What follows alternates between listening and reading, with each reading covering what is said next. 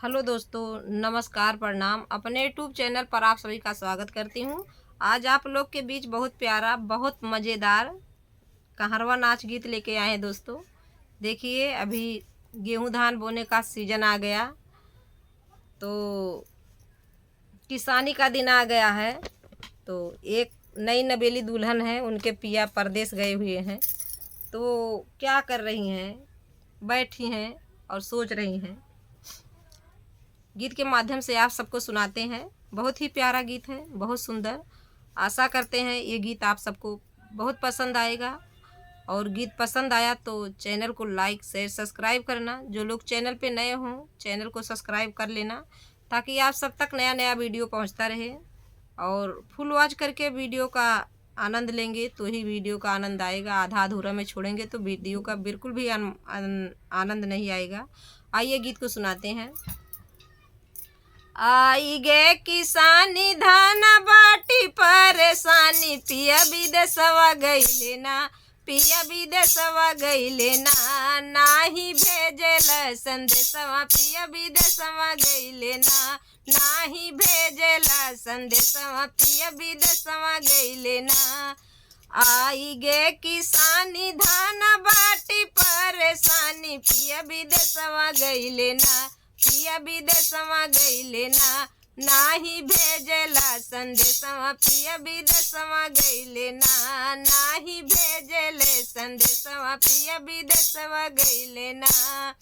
सासू भेजे चिठिया, ननद भेजे तरवा, सासू भेजे चिठिया, ननद भेजे तरवा, हो कि धाना भेजे ना, हो कि रनिया भेजे ना। लिख व्हाट्सएप पे मैसेजवा की धनिया भेजना, व्हाट्सएप पे मैसेजवा हो कि धनिया भेजना। आई गे किसानी धान बाटी परेशानी, पिया विदेशवा गईले ना, पिया विदेशवा गईले ना, नाही भेजले संदेशवा, पिया विदेशवा गईले ना। आई गे किसानी रनिया बाटी परेशानी, पिया विदेशवा गईले ना, पिया विदेशवा गईले ना, नाही भेजला संदेशवा, पिया विदेशवा गईले ना, नाही भेजले संदेशवा, पिया विदेशवा गईले ना। सासू कर झगड़ा, ननद कर रगड़ा, हो कि धान रोवना, सासू कर झगड़ा, ननद कर रगड़ा, कि रनिया रोवना, हो कि धनिया रोवना। कैसे करबे हम कटनिया, हो कि धनिया रोवना, कैसे करबे हम कटनिया, हो कि रनिया रोवना। सासू कर झगड़ा, ननदिया कर रगड़ा, हो कि धनिया रोवना, हो कि रनिया रोवना। कैसे करबे हम कटनिया, हो कि रनिया रोवना, कैसे करबे हम कटनिया, हो कि रनिया रोवना।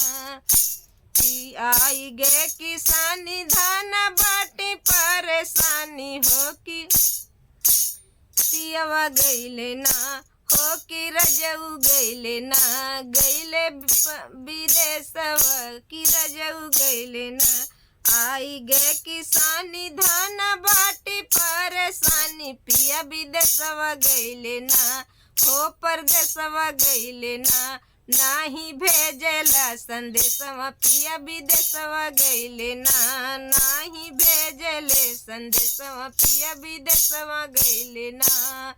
सासे गाई नैहरे, ननद गाई ससुरे, कि रनिया बिहसना, सासू गाई नैहरे, ननद गाई ससुरे, हो कि धनिया बिहसना, हो कि रनिया बिहसना। आई गे पिया परदेसिया, हो कि रनिया बिहसना, आई गे पिया परदेसिया, हो कि रनिया बिहसना। सासू गाई नैहरे, ननद गाई ससुरे, हो कि रनिया बिहसना, हो कि धनिया बिहसना।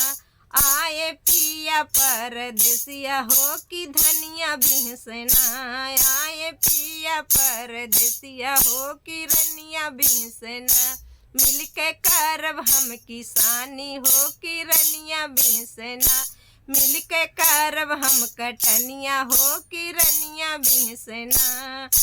आई गे किसानी धान बाटे परेशानी, पिया विदेशवा गइले ना, पिया विदेशवा गइले ना, भेजे चिट्ठिया ना संदेशवा, पिया विदेशवा गइले ना, भेजे चिट्ठिया ना संदेशवा, पिया विदेशवा गइले ना। तो गीत कैसा लगा दोस्तों, आप लोग कमेंट में बताना और ज़्यादा से ज़्यादा अपना प्यार दुलार देना।